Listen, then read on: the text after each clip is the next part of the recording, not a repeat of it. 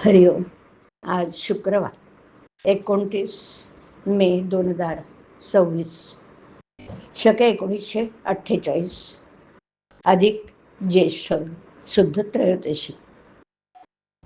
सद्गुरू ब्रह्मचैतन्य गोंदवलेकर महाराज आज आपल्याला त्यांच्या प्रवचनातून सांगणार आहेत की भगवंताची तळमळ लागायला पाहिजे.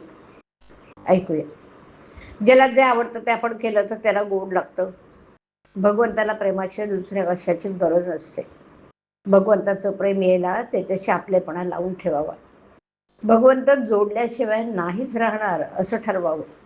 भगवंत जोडावा हे ठरल्यावर मग मला लोक नावं ठेवतील याचा विचार कशाला करावा. निश्चय आहे तिथे सर्व काही सुचतं. तळमळ लागली म्हणजे मार्ग दिसतो. साधू संत मार्ग दाखवायला सतत तयार असतात. मात्र आपण आपली देहबुद्धी बाजूला ठेवून त्यांना शरण द्यायला पाहिजे. सर्व जग जर भगवंताचं आहे तर मग काळजीचं कारण काय? उपाधी कोणी लावून घेतली? माझी मी निर्दोष होईन तेव्हाच लोक मला तसे दिसतील. आपल्या सर्व अवगुणांना कारण म्हणजे मी रामाला विसरलो हेच आहे. परमात्म्याचा विसर पडतो हेच खरं पाप आहे. कोणी पाहत नसेल तिथे वाईट कर्म आपण करतो, पण भगवंत चोहोकडे पाहतो अशी जाणीव ठेवली म्हणजे पाप घडणार नाही. कोणतंही कर्म करताना फळाची आशा धरली तर ते घातक होते. ज्याचे भगवंत जवळ आणला जातो ते चांगलं कृत्य, स्नान संध्या केली आणि व्यवहार खोटा केला तर त्या संधीचा काय उपयोग? मनात कोणताही हेतू न धरता परमेश्वरावर श्रद्धा ठेवून वागावं.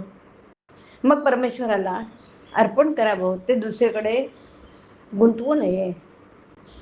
एकदा अर्पण केलेल्या मनाला जर पुन्हा विषयाचा आनंद झाला तर ते अर्पण झालं नाही असं समजावं ना. माझा प्रपंच व्हायला असेल तसा हो, पण तुझा विसर पडू देऊ नको असं अनन्य भावाने भगवंताला म्हणावं. प्रत्येक कृतीत मी भगवंताचा आहे ही जाणीव ठेवावी. पडत्या काळातही जो भगवंताचा होऊन राहतो त्याला कशाचीच भीती वाटत नाही. पांडवांच्या जवळ प्रत्यक्ष भगवंत असताना त्याला किती संकट सोसावी लागली. संकट येऊ देऊन मग त्यातून बाहेर काढण्यापेक्षा भगवंताने संकटे टाळलीच का नाहीत याचं उत्तर देणं सोपं आहे. पुष्कळ वेळा आपल्यावर येणारं संकट कुणी टाळलं तर ते संकट येणारच नव्हतं असं आपण समजतो. खरं सांगायचं म्हणजे संकटे ही आपल्या कर्माचीच फळं असतात बरं. संकटामध्ये भगवंताच्या अस्तित्वाची जाणीव राहिली तर ते आपल्याला समाधान देते. ज्यांना सर्व अनुकूल आहे त्यांना देखील समाधान हे नसतंच. आणि म्हणून ज्यांना तितकी अनुकूलता नाही त्याने त्याबद्दल असमाधान ठेवण्याचं कारण नाही. कारण समाधान हे त्यामध्ये नाहीच नाही. असमाधान हा रोग सर्वांचा एकच आहे आणि भगवंताचं स्मरण हे औषधही सर्वांना एकच. ज्याचं समाधान भगवंतावर अवलंबून आहे त्याचं समाधान कोणत्याही परिस्थितीत टिकेल. हरिओम.